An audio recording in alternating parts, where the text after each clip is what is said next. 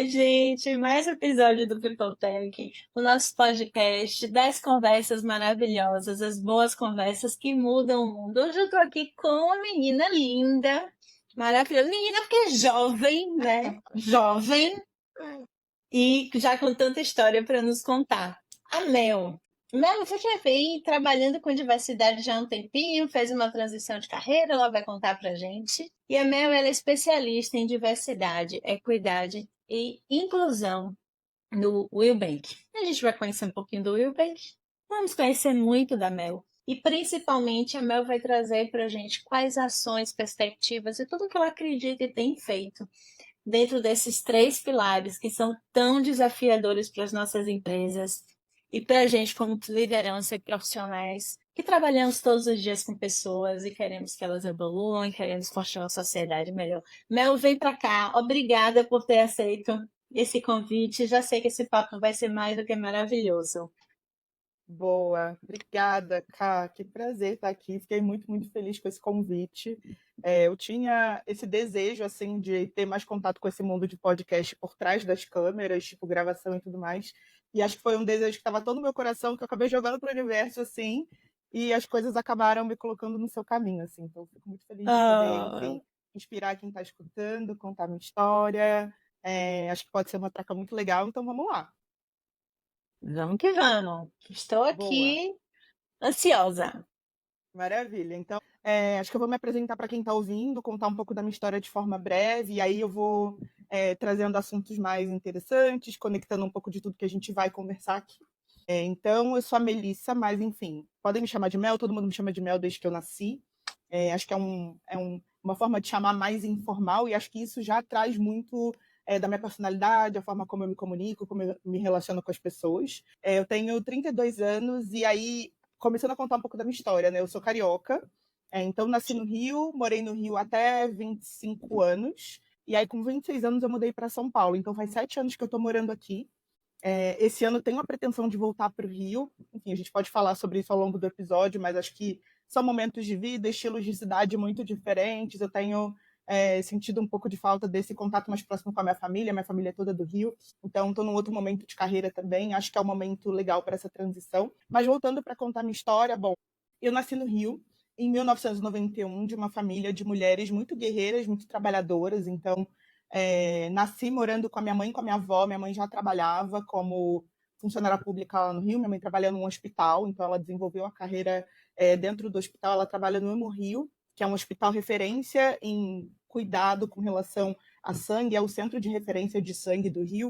Uhum. E aí eu fui criada por essas duas mulheres, então acho que o foco da minha educação, quando a gente para pensar assim, em memórias, lembranças e tudo mais, acho que o foco da minha educação foi muito focado nesse lugar do estudo. Assim, a minha mãe, entendendo que a gente vinha ali de uma origem mais periférica, com não tantos recursos, e que não necessariamente eu teria um futuro garantido, né, por conta disso, pensando na nossa origem, enfim, onde a gente morava, as condições que a gente tinha. Minha mãe sempre focou muito nesse lugar do estudo. Então, desde pequena, ela sempre fez questão de acompanhar essa minha parte de estudos bem de perto. Então, a qualidade das escolas que eu ia estudar, a qualidade dos cursos que eu ia fazer. Eu lembro que teve um momento no qual referenciaram para ela uma escola pública lá no Rio, que disseram que para ela era muito boa, assim, tipo, até para dar um pouco desse contexto, as escolas públicas no Rio, pelo menos na época que eu estudei, elas não tinham uma qualidade muito boa. E minha mãe ficou muito preocupada, assim, vou colocar a Mel nesse colégio, com que tipo de conteúdo ela vai ter, né, contato, acesso, quem vão ser os amigos, como é que é a estrutura da escola. Então, mais do que o estudo em si, minha mãe ficava muito preocupada com esse ambiente, assim, entendendo muito que o ambiente acaba formando muito, né, do seu caráter, da sua forma de enxergar o mundo, da sua forma de se relacionar. Então, ela foi visitar a escola antes de me matricular para entender como é que era o ambiente. E aí, na época, como era uma escola pública muito concorrida, por ter uma qualidade muito elevada, você tinha que fazer fila para conseguir a vaga. E minha mãe foi de madrugada para a fila da escola, enfim, garantir ali que eu ia ter essa posição garantida.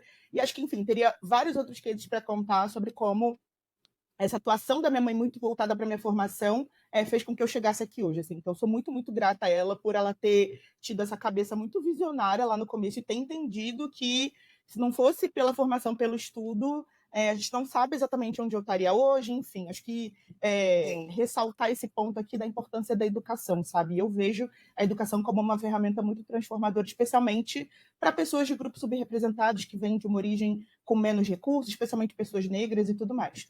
Então, eu me formei na faculdade em psicologia, acho que é legal contar também como é que eu cheguei até esse lugar, né? Porque eu me formei na PUC, que, para quem não sabe, é uma faculdade muito renomada, é uma das melhores faculdades do Rio de Janeiro, quiçá do Brasil. Eu acho que pela forma tradicional eu jamais conseguiria ter ingressado nessa faculdade. E uma coisa que eu falo sobre a universidade que eu acho muito importante é que muito mais desafiador, na maioria das vezes, do que ingressar na universidade é se manter nela. Pensando tipo, em todos os recursos que você precisa ter em termos financeiros, em termos emocionais, em termos de suporte familiar. Então, acho que a universidade é uma trajetória desafiadora não só para a pessoa que está estudando, mas para toda a família, para toda a comunidade que vai ali prestar suporte para essa pessoa que está nessa jornada. E aí, quando eu estava na época do vestibular, eu prestei vestibular para algumas universidades públicas e tal, não passei, não tive nota suficiente para passar. E aí, quando eu estava no pré-vestibular, eu fiz cursinho, comecei a conversar com alguns colegas na época, entendendo possibilidades, né? E aí eu lembro que teve uma colega que sentou do meu lado um dia. Eu jamais tinha perguntado nada para ela, tá? Acho que um anjo soprou no ouvido dela e ela veio me contar essa notícia do nada. Ela sentou do meu lado um dia, eu estava lá no pré-vestibular estudando, e ela falou: "Você sabia que tem como é que ela chamou? Ela falou assim: "Você sabia que tem bolsa filantrópica para estudar na PUC?" Eu falei: "Como assim bolsa filantrópica?" Ela falou: se você tiver a condição socioeconômica que eles esperam, né, comprovando a renda e tudo mais, você consegue uma bolsa de 100% lá para estudar. E aí aquilo entrou na minha cabeça, assim. Ela sentou do meu lado, falou isso e saiu.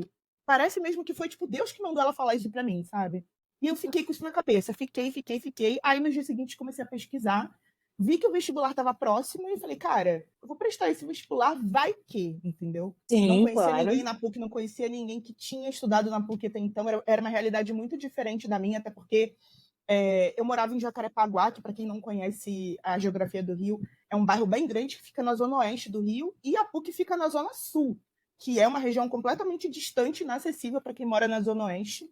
Eu levava 2 horas de ônibus para ir, 2 horas para voltar, para chegar da faculdade. Então, acho que só para vocês entenderem um pouco assim dessas realidades distintas que também trazem um pouco dessa perspectiva de como o nosso país é desigual, né? Voltando para a história do vestibular, eu resolvi aplicar. E eu lembro que quando eu contei para minha mãe, ela ficou completamente descrente, assim. Ela falou: "Como é que você vai prestar vestibular para essa faculdade cara? Se você passar, eu não vou ter como pagar, não sei o quê." Eu falei: "Mãe, então, tem essa possibilidade da bolsa, vou fazer. Se eu não conseguir, a gente parte para outra opção, eu vejo outra alternativa. Mas se essa oportunidade se apresentou para mim, eu vou tentar." E aí eu fui lá, me inscrevi, fiz o vestibular, passei numa posição super legal, que me qualificou. Eu lembro que na terceira ou quarta chamada, né, de vestibular, para fazer a matrícula. E eu nem estava mais contando, assim, eu fiz a prova e esqueci. Larguei para lá, falei: não sei se isso aí vai dar em alguma coisa, vamos ver. E eu lembro que a resposta chegou na minha casa de telegrama. Isso foi quando? 2010. Ainda se usava telegrama. Nem tinha WhatsApp ainda, se eu não me engano. Nem tinha iPhone, sei lá. Não. Faz muito tempo. E aí a resposta chegou de telegrama na minha casa. Eu lembro até hoje que eu abri assim um papelzinho, tirei da caixa do correio e estava lá escrito meu nome, convocação para matrícula, vestibular de psicologia da PUC, Melissa Diniz. Eu fiquei atônita, assim. Eu falei: "Velho, não acredito." E por enquanto era o único resultado de vestibular que eu tinha. Uhum. E aí, a data máxima para matrícula era no dia seguinte. Eu acho que, sei lá, era dia 3. E aí tava a data lá no telegrama. Limite de matrícula 4 de não sei qual mês, dezembro. Eu falei: "Cara, eu vou lá. Não sei como é que é a matrícula, não sei se eu vou ter que pagar, não sei se eu vou ter que arcar com alguma coisa, não sei, mas eu vou lá." E aí eu fui lá, coloquei uma roupa, fui lá.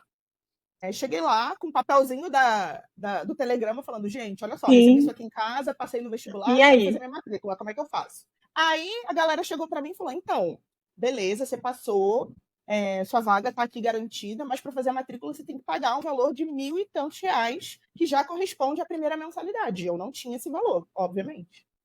Aí eu expliquei, eu falei: "Não tenho esse valor, quero entender quais são as possibilidades, eu ouvi falar que tem uma possibilidade aqui de bolsa filantrópica, quero saber como fazer." Aí, beleza, me encaminharam para um órgão, um departamento dentro da PUC, que é esse departamento de filantropia. Aí eu fiquei lá o dia inteiro, contei minha história, aí, enfim, chamaram uma pessoa responsável, me contaram qual era o fluxo. Eu sei que depois de mais 2 horas lá dentro dessa diretoria, eu saí de lá com um papel de isenção de matrícula. E aí eles Hum. falaram que, por conta da minha história, eu estaria pré-qualificada para me candidatar a uma bolsa filantrópica. Só que essa resposta da bolsa só sairia depois de 6 meses que eu estaria, de fato, estudando. Então, qual que era o trâmite? Eu ia me matricular, ia começar o curso, os boletos iam ficar chegando, eu não ia pagar, e aí, quando a bolsa fosse liberada, se eu ganhasse uma bolsa de 100%, esses boletos todos iam se eliminar e eu não ia precisar pagar nada nem para trás e nem para frente.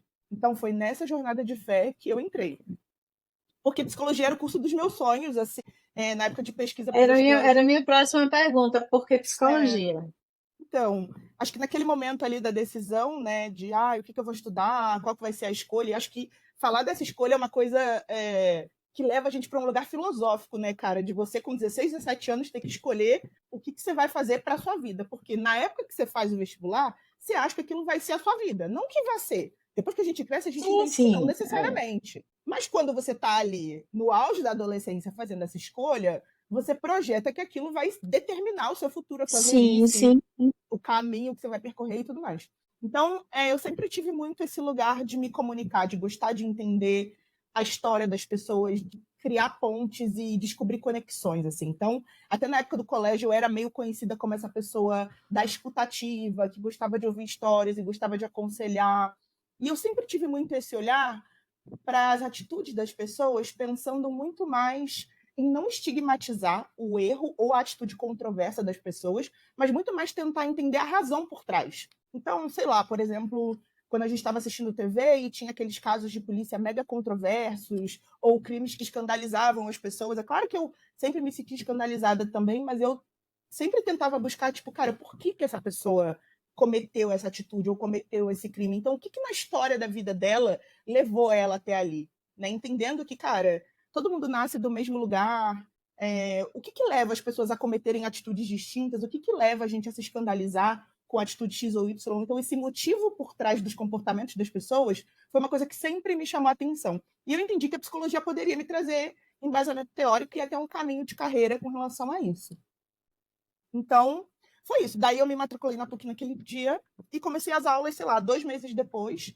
E aí o resto é história, né? Então, consegui concluir o curso com o apoio da minha família, especialmente da minha mãe, que sempre esteve ali financiando esse sonho. E aí, quando a gente fala de novo, universidade, a gente não está falando só do preço da mensalidade, né? A gente está falando de todo o custo que envolve e o custo emocional também, porque é uma jornada de muita persistência, de muita resiliência, que você precisa, muitas vezes, equilibrar muitos pratos para conseguir se manter ali.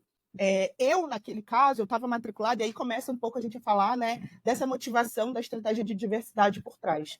Eu sou uma mulher negra, eu venho de uma origem mais periférica, menos privilegiada, e eu me vi matriculada na universidade mais cara do meu estado, né? Uma das universidades mais caras do Brasil, aonde a população que habita essa universidade é majoritariamente branca, rica, herdeira, muitíssimo privilegiada, que vem aí de um histórico de não precisar se sentir desafiado para conquistar espaços, acessos, oportunidades, e eu estava ali naquela contramão.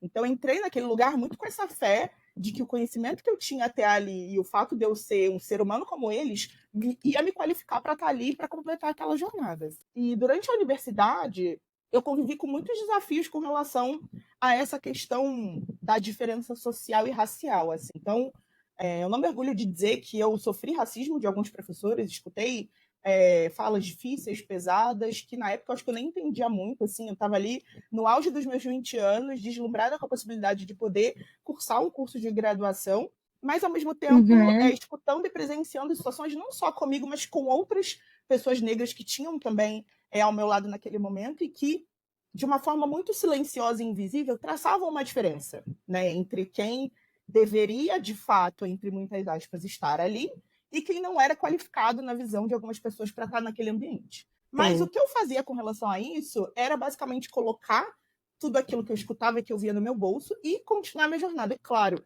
eu tinha momentos de dor, eu tinha momentos de sofrimento, de questionamento, mas eu busquei não permitir que aqueles determinantes me parassem ali, né, e conseguissem determinar qual seria a minha trajetória. Acho que uma vez que eu cheguei até ali, para mim era uma questão de honra, tanto com relação à minha própria história, quanto à dedicação e ao esforço que a minha mãe fez, no sentido de completar aquela jornada. E aí eu consegui terminar a faculdade em 2016, com muito esforço da minha parte, dedicação da minha mãe nesse processo. E aí me formei psicóloga em 2016. E aí, bom, durante a faculdade é legal mencionar que eu tive meu primeiro contato com o mundo corporativo, assim. Então, quando eu estava no oitavo, nono semestre, logo mais para o final, eu consegui o meu primeiro estágio em RH.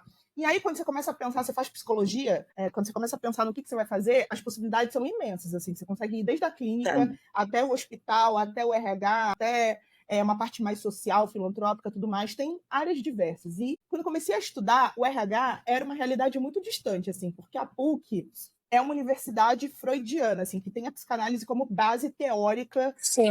dos seus estudos e da sua teoria, etc. Então, eu estava muito inclinada, eventualmente, para a clínica ou para o hospitalar. Eu até estagiei no hospital também durante a faculdade, mas mais para o final começou a se apresentar essa possibilidade do corporativo para mim. Eu tinha uma amiga que já atuava numa consultoria de RH, de recrutamento, e aí ela me indicou para fazer um processo seletivo lá. Eu estava a fim de já tentar alguma oportunidade remunerada, porque tinha esse detalhe Uhum. também. Lá na PUC eu estudava Claro. integral, então eu não tinha oportunidade de estagiar até o sétimo, oitavo período, eu não tinha horário para isso.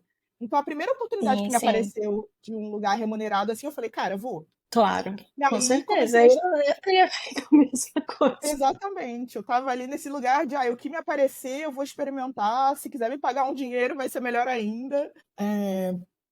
E isso ajudava também, né, na trajetória da própria universidade em si, em conseguir Uhum. custear livro, almoço, transporte e tudo mais. Então, Sim, sim. eu comecei a estagiar numa consultoria de RH, uma consultoria de RH que atendia outros clientes com relação ao produto de recrutamento e seleção. E aí eu, enfim, tive meu primeiro contato com recrutamento naquela época. Assim. Foi muito interessante porque eu acho que naquela época, mesmo tendo pouquíssima experiência de, enfim, mercado de trabalho, até de vida mesmo, eu comecei a recrutar e aí comecei a ser muito elogiada dentro da consultoria, comecei a mandar bem ali naquela prática em termos de assertividade. Então, boa parte dos candidatos que eu entrevistava e que eu mandava para frente eram aprovados. Então, eu estava feliz com essa parte de performance de reconhecimento, mas a cultura da consultoria em si não me agradava, assim. Era um ambiente onde predominava uma mentalidade muito machista, muito classista de forma geral. Eu acabava não me sentindo muito contemplada assim pela mentalidade que a consultoria colocava dentro do trabalho. E aí eu comecei a projetar isso para o meu futuro. Por exemplo, eu lembro que na época eu pensava, eu quero continuar trabalhando com recrutamento, mas não nesse ambiente. Eu queria um outro ambiente, um outro tipo de Sim. empresa, um outro lugar onde eu conseguisse eventualmente, sei lá, ser um pouco mais eu mesma, usar a roupa que eu quero, falar de um jeito mais informal, trazer um pouco mais de quem eu sou para o dia a dia de trabalho. E essa coisa de trazer um pouco mais de quem eu sou, eu acho que acabou me acompanhando como propósito de vida mesmo, sabe? Então, até hoje, quando eu penso num lugar para trabalhar, na forma como, enfim, no lugar que eu quero estar, acho que isso guia muito dessa escolha, assim. Conseguir estar num lugar que me permita não precisar fazer uma cisão muito bruta entre a E quem pessoa você é? Melissa e a profissional Melissa. Eu não acredito muito nessa cisão, assim. Porque eu acho que é Sim, uma cisão sim. muito. E é legal porque você vem de uma longa trajetória, né? Quando você vem com essas palavras de que eu quero um espaço que eu possa ser eu, ou que eu possa ser quase eu plenamente ou completamente, né? Se a gente pode dizer isso. Porque também você vem de um contexto que você provavelmente na universidade não pode ser você Exato. durante muito Total. tempo, né? Uhum. Então, esse é um ponto interessante porque a gente leva um tempo para perceber, levar um tempo de amadurecimento para perceber que a gente aguenta durante um ciclo da nossa vida. Não sermos nós mesmos, mas a gente Total. cansa. Nossa, é uma reflexão muito, muito importante. Acho que nem eu tinha pensado nisso ainda, A gente analisando cansa a minha história. a gente cansa, essa é a verdade. Porque assim, o exercício e a energia que você gasta em não poder ser você mesma, seja qual for o ambiente, ou seja qual característica sua você esteja precisando mascarar ou ofuscar, ou seja o que for, né? Qualquer verbo que a gente quiser usar aqui, isso é um gasto de energia brutal. Total, total, tem razão. Então, E aí, chega uma hora que essa ficha cai, né? Que você diz, não, eu preciso ir para um lugar que eu possa ser mais leve, que eu possa ser mais eu. E aí entra tudo, eu posso falar do meu jeito informal, eu posso usar o cabelo do jeito que eu quero, a roupa do jeito que eu quero, tal, implantar umas ações que eu acredito. E aí a gente entra nesse processo de revolução, né? Isso, exatamente. E aí eu comecei a me questionar com relação a isso, e eu acho que o universo, de alguma forma, escutou o meu chamado, assim, e me entregou, basicamente nas minhas mãos, assim, a oportunidade de fazer isso acontecer. Então aí a gente já começa a falar sobre a minha vinda para São Paulo, né? Nessa época eu ainda estava no Rio, Aham. então eu me formei na graduação, comecei a procurar emprego, na época estava bem difícil de emprego lá no Rio, especialmente para mim que tinha acabado de me graduar, não tinha experiência praticamente nenhuma. É, e aí eu tinha alguns amigos aqui em São Paulo, comecei a fazer um pouco desse networking, assim, aí, galera, tem alguma coisa aí para mim? E eu tava muito com isso na cabeça, assim, se eu arrumar alguma coisa em São Paulo, eu vou. Não tem nada me prendendo aqui, eu tô com o diploma embaixo do braço.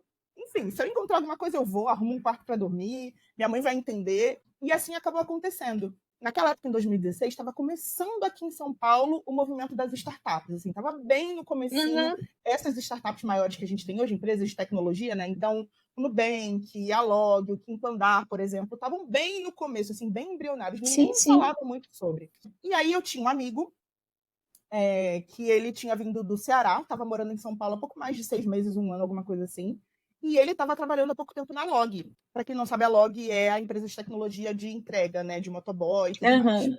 E aí, na época, eu não conhecia, não fazia ideia, não sabia o que, que era. Daí, por uma ligação, ele me explicou tudo. E ele estava trabalhando no time de atendimento, ele estava como supervisor de atendimento. E aí, ele me comentou: Ah, amiga, tem uma vaga aqui no time de atendimento para você. E aí, na época, eu falei para ele: Mas, amigo, eu sou formada, eu quero trabalhar no RH, eu quero voltar a recrutar, eu já recrutei, eu sei recrutar. Aí ele falou: Então, vem, que por enquanto é essa vaga que eu tenho. E aí, com o passar do tempo, você arrasando, mandando bem, a gente consegue eventualmente a sua mudança para RH. Eu falei: Tá bom. Então, assim, eu não tinha garantia nenhuma de que esse movimento ia dar certo, entendeu? Eu tinha Uhum. a sugestão da palavra dele quanto a essa possibilidade Sim. e um sonho embaixo do braço, era isso que eu tinha. E aí, em junho de 2016, eu mudei para São Paulo, arrumei um quarto no apartamento de uma outra amiga minha que morava aqui, e o quarto no apartamento dela estava vago. Então, assim, as coisas conspiraram de tal forma que eu me mudei para São Paulo em 20 dias. Eu nem despedi da minha família direito. Eu recebi a proposta, aceitei, mandei os documentos, comentei com a minha mãe, falei com a minha amiga do quarto, ela falou que estava disponível para mim, eu arrumei as malas e vim. Foi isso. E aí, eu vim para atuar como analista de Customer Experience na Log na época, e isso, gente, era antes da pandemia. Então, trabalho presencial, eu ia para o escritório todos os dias. E o escritório da Log na época ficava em Alphaville, e eu morava em São Paulo. E eu ia todos os dias para Alphaville. Quem é dessa época da Log lembra o quão desafiador era esse percurso. A gente ficava 2 horas no ônibus expresso para chegar até lá. Mas foi um período de muito aprendizado, assim, para mim. Eu me orgulho muito desse capítulo assim, da minha trajetória. Por mais que não tenha sido algo dentro do que eu escolhi estudar e seguir como carreira, eu acho que foi um período onde eu consegui reforçar ainda mais a minha resiliência, a minha crença em mim mesma. E eu lembro que na época eu era uma chavequeira, assim, eu fazia questão de contar para todo mundo que eu sabia recrutar. Então, qualquer, enfim, roda de conversa, liderança que eu encontrasse no corredor, eu falava: eu já recrutei, você sabia? Eu já trabalhei no RH, você sabia? Porque eu comecei a pensar: cara, se eu não fizer as pessoas saberem que eu estou sentada aqui no atendimento, mas eu sei fazer outra coisa, eu não vou conseguir sair daqui. Então, eu preciso Perfeito. vender meu peixe aqui e fazer as pessoas saberem. E aí acabou dando certo, assim. As lideranças da RH ficaram sabendo na época que eu sabia recrutar, e aí tinha um projeto grandão de muitas vagas para Aí recrutar. fala, olha, tem uma menina lá no atendimento que sabe recrutar, não Aham. vamos Foi trazer ela desse para cá. jeito. Aí elas Que abriram a vaga de massa. forma interna, abriram a vaga de forma interna, me apliquei, fiz o processo interno, passei e sentei na cadeira de recrutadora júnior na Log em 2017. Então foi assim que a minha trajetória se iniciou dentro desse processo. E aí, a diversidade? Como Então, a foi? diversidade. Logo que eu sentei nessa cadeira, enfim, comecei a trabalhar. A Log estava numa época de expansão plena, assim, então tinham muitas vagas em aberto. E aí eu comecei a me Uhum. questionar com relação a isso. Logo quando eu cheguei na Log, isso já foi uma pauta. Eu lembro que no meu onboarding, né, na minha semana de imersão, as pessoas começaram a me comentar sobre isso, porque eu comecei a questionar: como é que é a diversidade aqui? Tem pessoas negras, tem pessoas LGBT, enfim, comecei a questionar e a galera falava: ai, aqui é muito diverso, você vai ver, tem muita diversidade. E aí eu olhava para um time que ficava sentado assim do nosso lado, tinha, sei lá, 20 pessoas brancas sentadas e 2 pessoas negras. Então, naquela época, o conceito de diversidade era muito diferente, assim. Eu costumava Sim. dizer que a diversidade, né, as pessoas de grupos subrepresentados, elas ocupam a sala, elas enchem a sala. Então, quando você tem 1 ou 2 pessoas de grupo subrepresentado num grupo de pessoas homogêneas, aquilo já conta. Então, é essa lógica que a gente tem que começar a questionar. Então, quando eu sentei na cadeira de recrutamento, eu comecei a questionar essa lógica.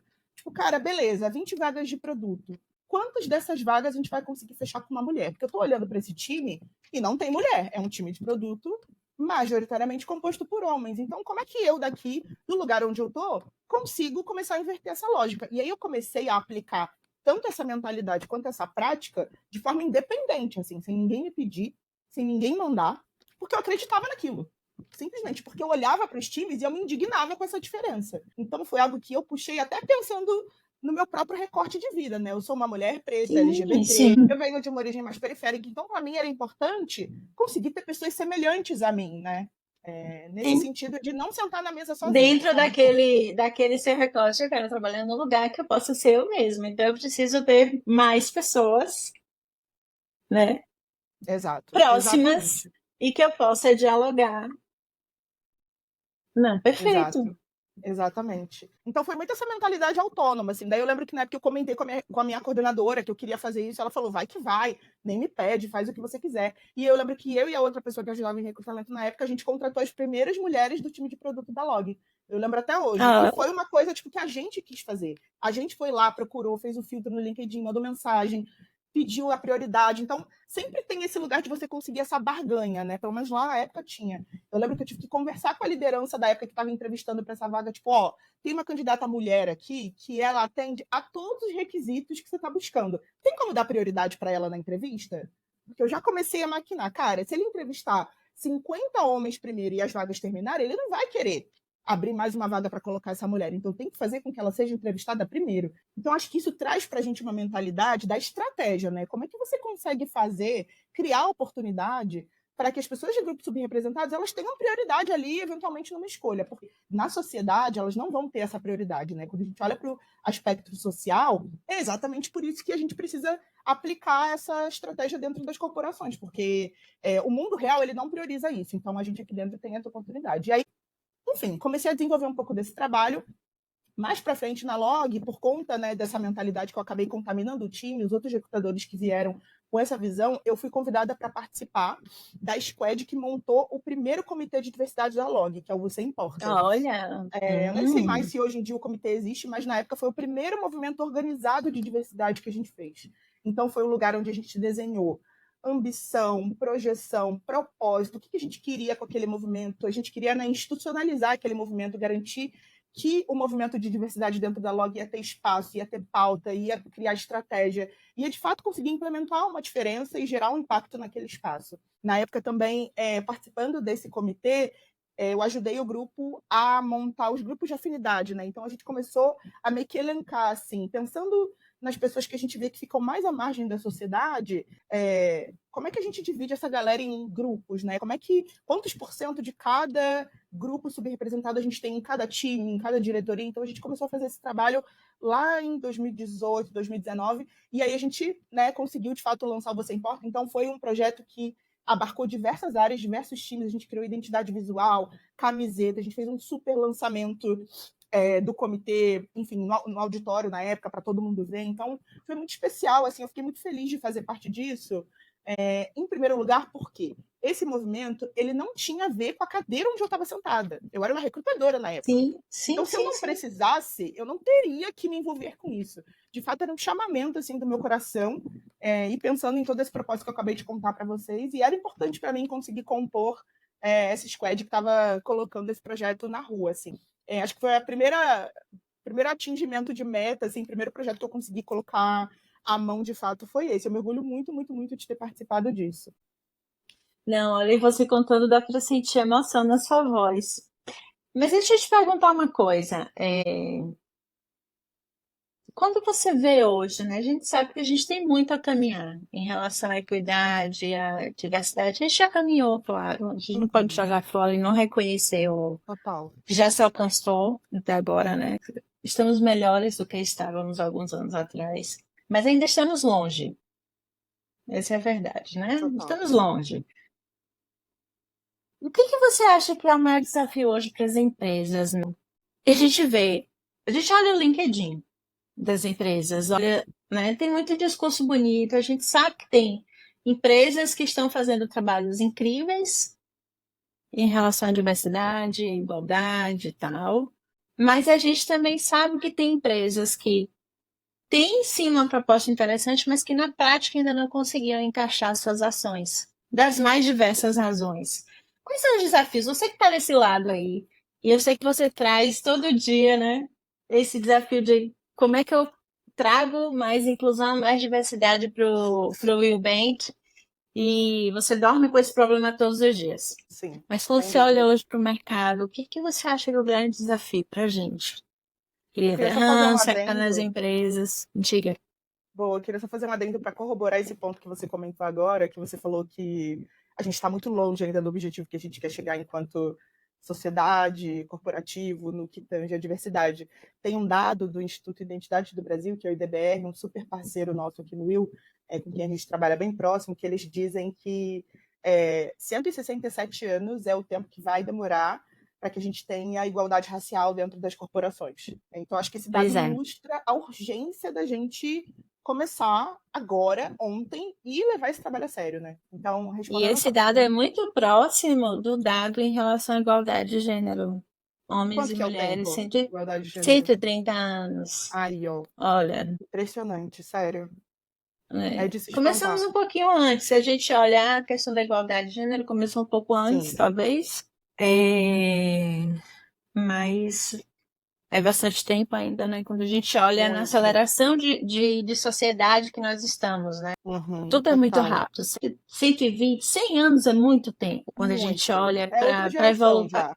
É outra geração, é verdade. E é outro tudo, outra tecnologia, outra sociedade, vai ser outro tudo. Essa é a verdade. Com a aceleração dos novos tempos, como eu costumo dizer. Né? Total. Então, como é que a gente faz na prática, né? Eu acho que essa é a grande questão. Acho que a gente tem discursos bonitos, a gente tem propostas bonitas, tudo no papel funciona. E na prática? Boa. Eu vou elencar aqui dois pilares que eu acho que, né, pelas experiências que eu já tive, pelo pouco que eu já vivi nesse cenário, são dois pilares que fazem a diferença, assim, que no fim do dia, quando você olha em termos de mexer o ponteiro, essa coisa de mexer o ponteiro é uma expressão que a gente usa muito no Will. Quando a gente Sim, fala de sim, mexer o sim. ponteiro, a gente está falando de ações que de fato vão fazer com que a diferença Vão seja mudar vista o lá no fim número. do dia. Vão mudar o número, Sim. exatamente. Então, tem dois pilares que eu vejo que são muito importantes e de fato fazem a diferença assim, nessa construção, que são: o primeiro é estratégia e o segundo é orçamento. Eu não sei exatamente como colocar esses dois em ordem hierárquica do mais importante para o menos importante, porque eu vejo que, na prática, um não caminha Eu sem o acho que outro, os dois. entendeu? Não Um dá não para caminha montar sem o outro. estratégia sem ter dinheiro. E não dá para montar orçamento sem dizer como é que você vai gastar, né? Exatamente. Então, eu vou me explicar um pouco melhor para falar sobre o que eu estou falando em termos de estratégia e também em termos de custo. Quando eu estou falando de Nossa, estratégia, o que eu vejo, tá, no mercado de forma geral? Quando as empresas elas se colocam nesse lugar de vou prestar atenção, vou começar a entender o que é isso aqui de diversidade, vou colocar uma pessoa para trabalhar com isso, ou então, enfim. Quando elas se voltam para esse lugar, geralmente, o primeiro lugar onde as empresas vão investir é na questão da representatividade. Ou seja, coloca a gente de grupo subrepresentado para dentro. Aí a gente vai lá, abre a vaga afirmativa, e eu não estou falando que nada disso é ruim, tá? Pelo contrário, o que eu costumo que dizer perfeito. dentro do Will, na verdade, quando eu estou dando onboarding, por exemplo, é que qualquer movimento de diversidade, ele é válido. Qualquer movidinha de ponteiro ali que você vai fazer é válida, porque a gente precisa começar de algum lugar. Se a gente não começa, mesmo que seja do básico, as coisas não vão andar. Então, não estou condenando isso aqui, mas eu só estou falando como incrementar, né, trazendo uma mentalidade de como incrementar e como tornar a estratégia mais sofisticada. Então, as empresas vão muito para esse lugar de representatividade, fazer com que os times tenham mais pessoas de grupos subrepresentados dentro das suas estruturas. E aí isso dá para se fazer com consultoria, dá para se fazer com vaga afirmativa, dá para se fazer com parceria, de várias formas. Só que muitas vezes, como esse é um trabalho que quando você parte do 0 para o 1, ou seja, quando você está falando de uma organização que não tem nada ou quase nada em termos de grupos subrepresentados, e você vai para um lugar de ter pela primeira vez, esse é um processo que dá trabalho.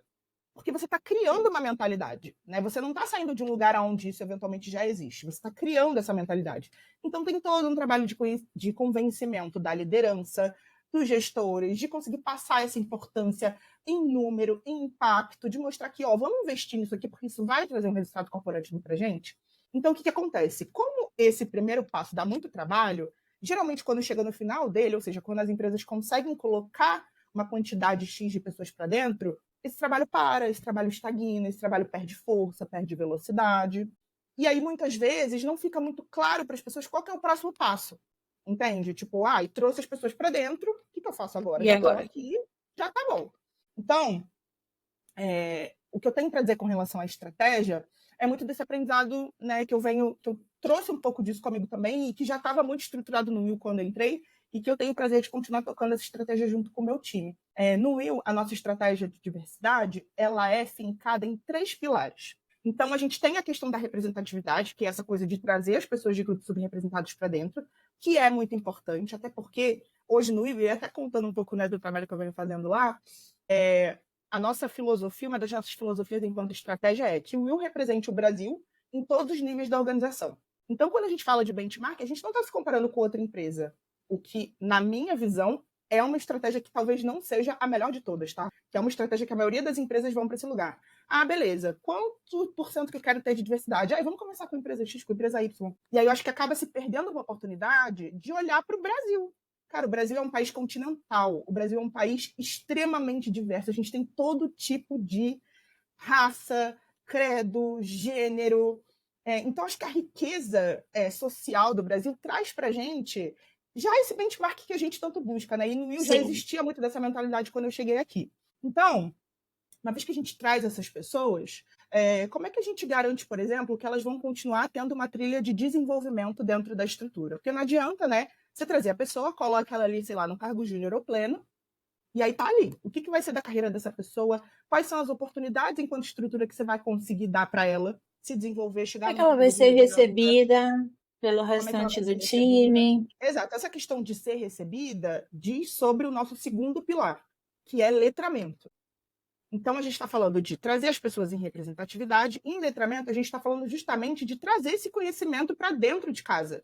Né? Pensando no time que já está ali, como é que você garante conhecimento para essas pessoas sobre a pauta de diversidade? Como é que você garante um ambiente de segurança psicológica para que uma pessoa negra entre numa reunião e não escute um comentário que vai, enfim, ser racista, ou que vai ser ofensivo, ou que vai infligir a honra, vai fazer ela se sentir desrespeitada de alguma forma? Então, tem toda essa preocupação. A gente está falando de letramento. E aí, tem o terceiro pilar, que é desenvolvimento, que é justamente esse lugar Sim. da progressão de carreira das pessoas de grupos subrepresentados. Então, tem uma coisa muito interessante que nesse esforço da representatividade, muitas vezes o que acontece é que as pessoas de grupos subrepresentados, elas ficam majoritariamente na base da pirâmide quando a gente fala de senioridade. Então, quando você pega ali o organograma da organização, a grandíssima maioria das pessoas desses grupos estão ali nos cargos de júnior e pleno. E aí, quando você vai subindo, sênior, especialista, coordenação, gerência, C-level, começa a escassear. Por quê? Faltam ações de desenvolvimento que vão trazer uma perspectiva de carreira para essas pessoas, né? Como é que essas pessoas conseguem, no futuro, alcançar cargos de liderança, gerar mais impacto na organização? Pensando que quanto mais sênior a cadeira, maior o impacto que a pessoa vai conseguir gerar.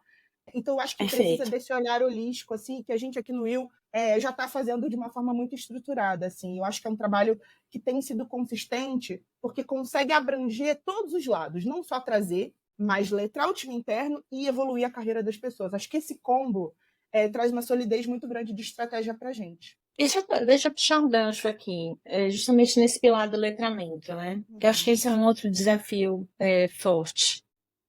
Que todas essas ações de educação, né, da gente trazer esse conhecimento, levar para as nossas pessoas, discutir esses assuntos, de preferência de forma mais transparente, com o mínimo de julgamento possível, né, o que é extremamente difícil, porque aí a gente vai falar de racismo estruturado, sistêmico e gênero, tudo, e que é muito difícil, né? Quando a gente pensa como é que a gente corta toda uma geração e como é que a gente educa toda uma geração de pessoas que cresceram com isso completamente inconsciente e que agora estão, né? Agora não, nos últimos anos estão despertando para tudo isso.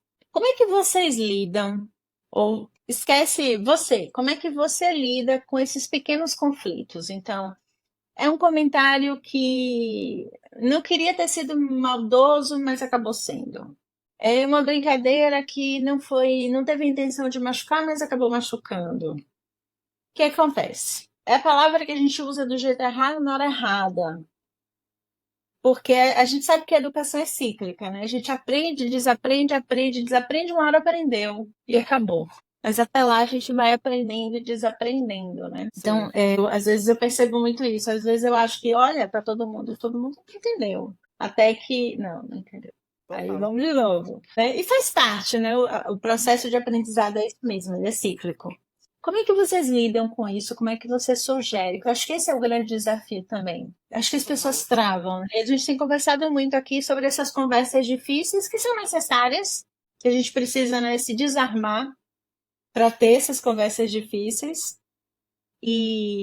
Mas quando a gente entra para o ambiente corporativo, isso fica mais desafiador ainda. Porque às vezes você tem ali uma liderança, você tem 2 colegas, você tem 2 times, você tem ali um cenário de uma reunião difícil. Então, são sempre variáveis que vão trazendo mais complexidade a qualquer palavra utilizada no lugar errado, sem intenção, por exemplo. Mas aconteceu. E aí? O que a gente faz? Boa.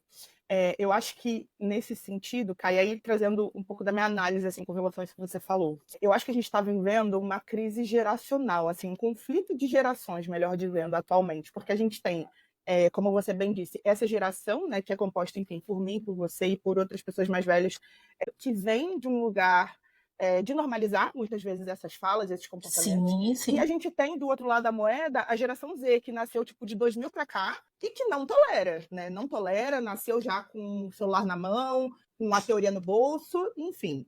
Acho que a gente está vivendo uma oportunidade muito interessante de conseguir unir o melhor dos dois mundos, assim, tipo a sabedoria dessa geração mais antiga com a cabeça mais Uhum. aberta e mais para frente dessa geração nova. Então, quando você fala sobre esse desafio corporativo, eu penso muito na estrutura de cultura, né? Eu penso muito no time de cultura, porque eu acho que é um papel que ele é muito compartilhado, assim, entre a pessoa ou o time, enfim, que estiver lidando ali com a estratégia de diversidade e inclusão, junto com o time de cultura. Por que eu falo isso? Por quê?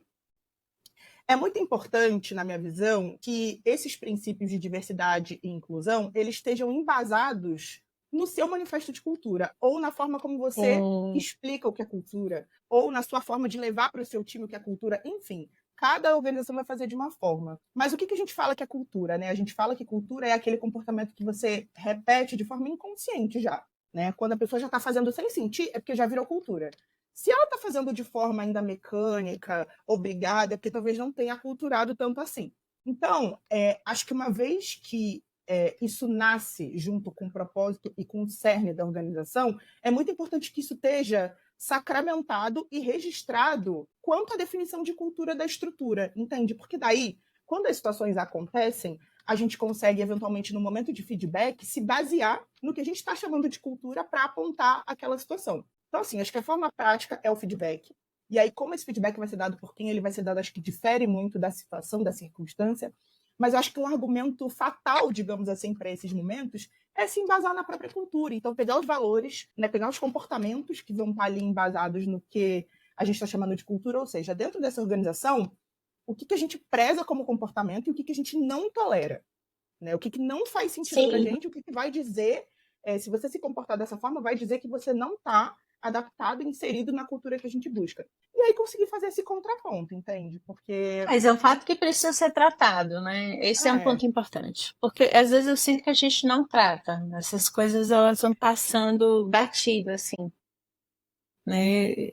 Alguns contextos talvez um pouco mais graves, em que a pessoa demonstrou que saiu com algum tipo de dor, chateada, aí trata-se de alguma forma. Mas tem alguns comportamentos que são mais sutis e assim, sem julgamentos, inconscientes na maioria das vezes. Eu achei ótimo essa questão, a questão do conflito de gerações, 2 gerações com culturas diferentes. Essa é a realidade, né? É, mas que muitas vezes essas coisas vão acontecendo ali nos bastidores e ninguém conversa sobre. sim, acho que tem esse lugar também, como eu estava dizendo, da segurança psicológica, né? Acho que esse é um artefato que precisa estar inserido também como comportamento de cultura esperado, tipo, pessoas que consigam, e aí a gente está falando de liderança, né? Como é que as lideranças Uhum. conseguem, no dia a dia, criar ambientes de segurança psicológica para que as pessoas sejam elas mesmas, para que as pessoas se sintam confortáveis de trazer, enfim, relatos, situações. E aí eu acho que tem também uma questão de quando isso extrapola e carece de um apoio jurídico, por exemplo, e aí um comitê de ética também Claro, pode ser um lugar. Então, assim, tem sim, sim. diversas formas e maneiras de fazer isso É. acontecer, mas a organização precisa estar embasada, né? Sim, sim, não. Eu gosto muito também da ideia do empoderar as pessoas, né? Uhum. Pô, se você se sentiu mal por qualquer comportamento do outro, meu ou do outro, chame o outro para conversar. E Exatamente. diga, olha, não gostei, não me senti bem com seu comentário, não Isso, entendi, gostaria de entender. isso. Porque às vezes a gente vai criando também, eu tenho muito receio disso, da gente criar aquele contexto de a gente sai protegendo, protegendo, protegendo, e daqui a pouco ninguém fala nada. Fica todo mundo esperando que a empresa resolva. Só que a empresa é feita por pessoas, né? Se a gente não sabe, se as pessoas não sabem o que está acontecendo, a gente não tem como resolver. Exato. E aí eu acho que Então, tem isso, mas ao mesmo tempo garantir que as pessoas tenham esse ambiente confortável o suficiente para elas trazerem, né? e Para a que a gente não empresa acabe seja uma indo para esse lugar mediadora, do por exemplo. A gente isso. media essas conversas, auxilie, né? E claro, como você falou, se precisar escalar, escala, se for algo mais grave, tem que resolver, né? E tudo isso. Mas é não deixar passar batido, porque senão a gente não vai educar. E se autoeducar também. Essa é a realidade. Porque é um Perfeito, isso aí. desafio. Uhum. Eu já começo a dizer, gente, pelo amor de Deus, peraí. Acho que eu já devo falar alguma coisa errada aqui. Porque é desafiador mesmo para a geração da gente. A gente E que vem de não um lugar que não vivenciou falava sobre esse. isso, que não Não, valorizava. não, não valorizava, exatamente. Não existia essa discussão extremamente necessária, pertinente, né? Mas não existia. É isso, é isso. Né? Acho que não é fácil, como você disse, é uma jornada Não, desafiadora, não. mas a gente tem que ter vontade, né? E tem que ter recurso. Tem, É um pouco do que eu tem, falei, tem. né? Orçamento, estratégia. Orçamento e estratégia. Perfeito. Então, ó, quem estiver fazendo planejamento estratégico, lembra disso. Lembra de botar no orçamento Essa questão de verba para orçamento é super importante, assim, até da gente conversar, porque isso acaba aparecendo muito nesses momentos decisivos. Por exemplo, eu já passei algumas situações do tipo: a liderança chega para o time responsável e fala: olha o que tal empresa está fazendo de diversidade, por que a gente não faz aqui também? E aí, quando a gente vai fazer benchmark com a tal empresa que está fazendo, eles têm 3x para investir e a gente tem meio x. Então, acho que é conseguir um pouco desses dados e dessas informações para servir de barganha junto à alta liderança também. Né? A gente sabe que no mercado que a gente trabalha Sim, é sim. mais desafiador fazer as coisas sem dinheiro. Então, uma vez que a gente quer alcançar os nossos parceiros que estão fazendo coisas legais, a gente precisa desse recurso também. E no final, para fazer coisas legais, a gente precisa de dinheiro. Às vezes significa contratar mais gente, Sim, significa, né, fazer as camisas, fazer uma significa fazer uma ferramenta. arte legal, contratar uma ferramenta, né? E contratar uma consultoria, de Uhum. repente, ou uma palestra, um treinamento para todo mundo. Então, não tem como. Essa é a realidade. A gente precisa entender que para todas essas ações de diversidade, de cultura, de igualdade, a gente tem que ter investimento. Não é só investimento de energia, de tempo, de dinheiro também. Senão, Total. como você falou, ponteiro Não não mexe. muda. Não Não mexe, não é mexe. muda, é mexe, não mexe. Não E aí, mexe. uma coisa também muito legal que eu acho que é importante a gente reforçar, que eu acho que esse é um outro grande desafio, né? Que a gente vê muitas ações de trazer as pessoas, mas e aí? Uma vez que a gente trouxe, como é que a gente cria um ambiente de recepção saudável, acolhedor, de crescimento, de propósito, né? De diversidade, de verdade. E eu achei muito massa o propósito do Nubank de fazer toda uma questão de, ok, o meu bench é o Brasil e eu vou ver as Uhum. proporções e como é que eu faço para Sim. ter um Brasil aqui dentro. Cara, eu Vai sou ser super muito feliz com bonito. esse propósito, assim, sou muito feliz, porque, como eu estava falando, eu já trabalho com diversidade formalmente, assim, há uns 2, 3 anos, e nos outros lugares pelos quais eu passei, eu já tinha essa mentalidade, só que eu ainda não tinha encontrado uma organização, uma estrutura que pensasse da mesma forma, assim. Enfim, não tô colocando mérito aqui, mas eu acho que é mesmo uma questão de ponto de vista, né? Nos Sim, lugares sim, por onde eu sim. passei, eu sempre tentava comentar sobre isso. Tipo, galera, por que a gente vai se basear em empresa X, empresa Y, se a gente tem os dados do IBGE? Nada vai ser mais rico para a gente, mais real e mais Brasil do que os dados do IBGE. Ai, não, empresa tal. Enfim, acho que é uma mentalidade que talvez venha muito de fora. E acho que aqui no Brasil a gente tem a oportunidade de personificar, personalizar ainda mais a estratégia, sabe? Então, quando eu cheguei no Will, eu entendi que esse pensamento já era o que estava em voga lá, nossa, eu explodi de felicidade. Eu falei, cara, graças a Deus aqui eu vou poder Que é, massa. fazer a coisa dessa forma que eu acredito que é a mais eficiente, assim, né?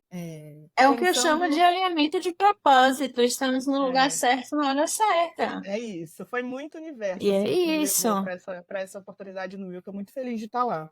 Então, E quando você olha de futuro, o que tem de ação massa e uau que vocês vão fazer aí pra gente dar dica aqui para o pessoal que ó, está tem ouvindo e muita quer coisa tá aí maneira. planejando ações interessantes e estratégias. Não precisa falar de quanto é que vocês vão gastar, mas aí pelo Tem. menos o pessoal já fica por dentro de estratégias interessantes que vocês estão pretendendo realizar nos próximos meses. Tem muita coisa legal acontecendo. Então, dentro da frente de desenvolvimento, a gente está rodando 2 programas de mentoria, como eu falei para vocês, né?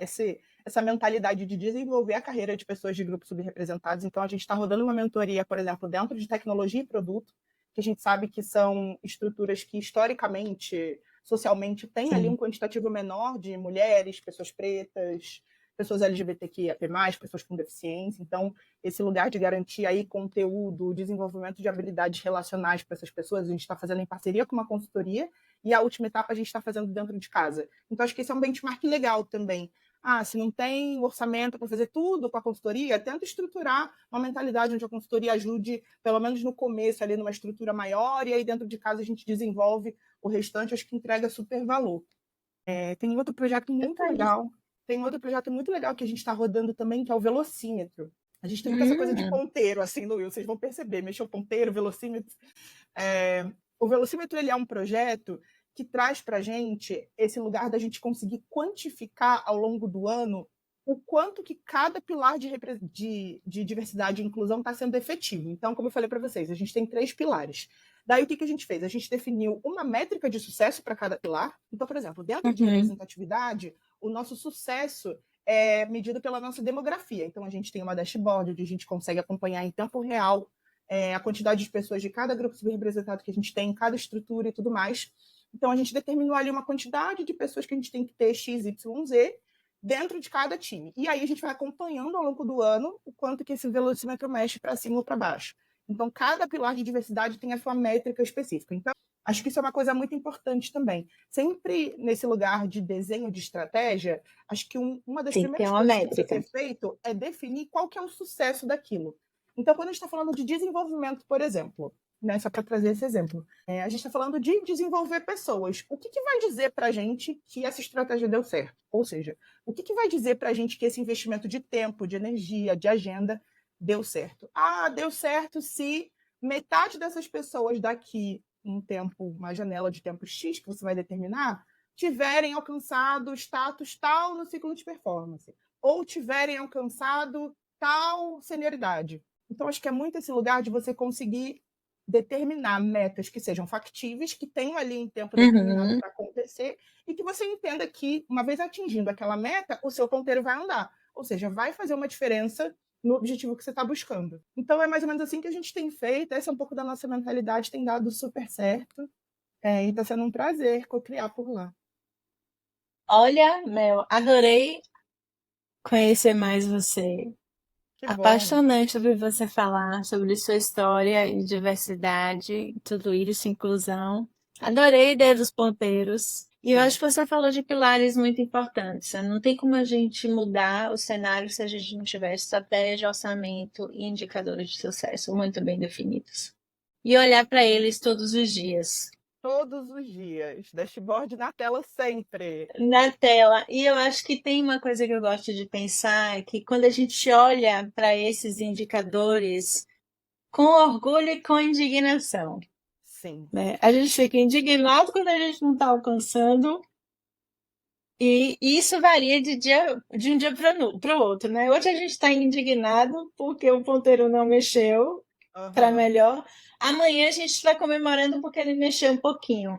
Mas eu acho que esse sentimento de indignação com o momento que nós estamos, não é indignação, talvez a palavra de inquietação, talvez seja essa a palavra, né? A gente está inquieto com o que nós temos hoje. Eu acho que é fundamental para a gente fazer mexer a ponteira. Total, total. Acho que é sempre questionar qualquer realidade, né? Sim, sim, Uma sim. coisa que eu falo muito para a gente terminar, assim, às vezes as pessoas vêm me perguntar: ah, como é que eu sei se o ambiente é diverso o suficiente ou não? Como é que eu sei que eu preciso contratar mais pessoas X, Y, Z para tal time? Tem uma forma muito prática de fazer que eventualmente você não vai precisar de nenhum número na sua mão para você ter esse primeiro lugar de percepção, que é olha para a reunião, olha para a mesa que você está sentado e tenta perceber quem é que está faltando ali. Então, quando você pensa, enfim, nos diferentes grupos que existem, grupos raciais, grupos de gênero, grupos de orientação sexual, quem é que não está contemplado ali naquela conversa? Quem é que está faltando?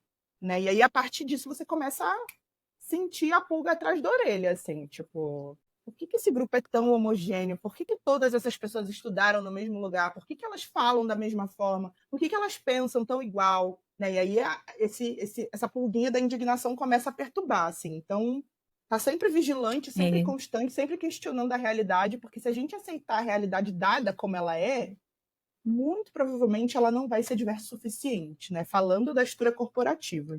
É Não, isso. não falamos. E assim, e a estrutura corporativa ela é um reflexo da sociedade, essa é a Total, verdade. total. Então, a gente falou lá no início de educação, e chegamos onde estamos também por não termos uma educação de qualidade para todo mundo. Se tivéssemos, talvez estivéssemos num cenário muito melhor. Sem dúvida. Mas não. Acho que Mas não é a conecta todas nossa as pontas assim, né? tudo, mas infelizmente não é a nossa realidade ainda, né? Mas esse ponto que você falou do olhar para as nossas reuniões, para o nosso site, para as nossas pessoas, eu acho que isso é perfeito. E eu acho que vai muito além da cor, do cabelo, de onde a pessoa veio, de onde estudou. Eu acho que tem a ver com a história daquela pessoa. Por que a gente está discutindo todo mundo falando das mesmas ideias, com as mesmas opiniões? Né? Por que todo mundo está tão igual? Eu costumo dizer que se a gente não está tendo discussões fervorosas sobre determinados assuntos polêmicos, talvez a gente não seja um time. Perfeito, Porque adorei essa sem colocação. discussões, se a gente não está tendo discussões fervorosas, é porque a gente não está defendendo efetivamente nosso ponto de vista. Alguém está Concordo, se silenciando ali, concordo. né? Algum grupo está sendo silenciado ou está se silenciando. Aí, bom, aí já é outro episódio. Aham. Outro episódio filosófico. Mas esse é um ponto legal, né? Que eu penso que a gente pode até rotular. Eu sou do tipo A, do tipo B, do tipo C, do tipo D. Aí a gente usa todas as classificações do IBGE, tal, o que for. Mas é olhar para a empresa, olhar para os grupos e assim, pô, por que está todo mundo pensando tão igual? É isso, é isso. Talvez a Vamos gente não tenha continuar se nem indignando. diversidade de pensamentos, né? Sim, Se a total. gente não tem diversidade social, econômica, a gente não tem. A gente tem diversidade de histórias, né? De É isso. origens, E como é que a de gente cria, a trajetórias. partir disso, produtos que vão atender a um país tão complexo e diverso como o Brasil, né? Essa é muito a mentalidade do Will. Se a nossa base de clientes ela é composta Sim. majoritariamente por pessoas de grupos subrepresentados, a nossa estrutura também tem que ser, porque senão a conta não fecha. Não fecha, não fecha. Nem para criar produto, nem para entregar serviço, nem para repensar a sociedade. Você não tem como fazer nada hoje sem a gente botar ideias diferentes na mesa. Essa é a verdade. É isso. Quer dizer, eu dizendo essa é a verdade, não é? Isso é o que eu acredito. É muito do que a gente falou aqui durante esse tempo, né? Olha, amei o episódio. Eu acho que tem Que vários pontos de delícia! reflexão. Eu acho que tem muito ponto prático aqui, o que eu gosto, né? A gente foi do filosófico ao prático, Sim, tudo ao mesmo tempo e agora. abarcando tudo. Tudo. Você é uma força da natureza, uma rua super Obrigada, simpática, cheia de alegria. A gente já termina obrigada. assim o episódio, querendo fazer um Elise, monte de coisa. e com essa inquietação, que eu acho que é importante para todas nós, Sim. somente nós mulheres, que a gente Uhum. gosta de dar uma mexida aí no mundo, A gente e acho que é precisa, né? importante. Senão a gente não estaria Precisamos! aqui, né? Não, É isso, é não isso. precisamos, não estaríamos. Tem Isso é uma verdade. E aí, frase, tem uma frase que lembrando você dos me nossos contou cento e agora. tantos anos, né, de desafio aí pela frente, mas que vamos fazer de tudo para reduzir esse tempo. Sim, total. Tem uma frase que eu adoro nesse sentido, que eu li no livro recentemente, que é tipo assim: eu sou simpática, eu sou amável, mas eu tô sempre furiosa. E esse furiosa não é de fúria, mas é desse lugar de questionamento, assim. Eu acho que essa frase me define Sim, muito. Eu tô sempre furiosa, eu tô sempre questionando, eu tô sempre tentando entender como ser mais, como trazer mais, porque no fim do dia foi essa inquietação que me trouxe até aqui. Se eu tivesse sido calada, conformada, quietinha, possivelmente eu não estaria aqui eu conversando com chamo de você. insatisfação plena. É isso. Tô sempre insatisfeita, sempre, sempre querendo mais. E acho que a gente Conserta precisa de aqui mais. e que resolver aqui. Ó, tá bom aqui, mas falta aqui. Eu É, chamo isso de. É o meu movimento de insatisfação plena. Às vezes eu entro numa semana assim de insatisfação plena, que eu tipo saio batendo. é Mas isso. muito bom, muito bom. Que tenhamos Delícia. mais insatisfações plenas e mais fúrias por aí. Com isso a Com gente certeza. movimente muitos ponteiros. Sigamos curiosas. Muito obrigada por essa Sigamos oportunidade, Cá. furiosos. Estou muito feliz de Ah, poder ter contribuído. eu que agradeço. Eu fiquei muito feliz com nossa conversa. Eu acho que isso vale muito. As desconexões. E que venham novas conversas e novas conexões. Com E que a certeza. gente Muito saia por aí, obrigada. ó, inspirando pessoas. Gratidão por esse espaço. Espero voltar. E Não espero que tenha dará. sido valioso para todo mundo que assistiu. Obrigada. Um beijo. Obrigada por assistir mais um episódio do Peopletech. Deixe seu like, avalie com 5 estrelas e compartilhe com pessoas que você acredita que esse conteúdo vai impactar positivamente. Até mais!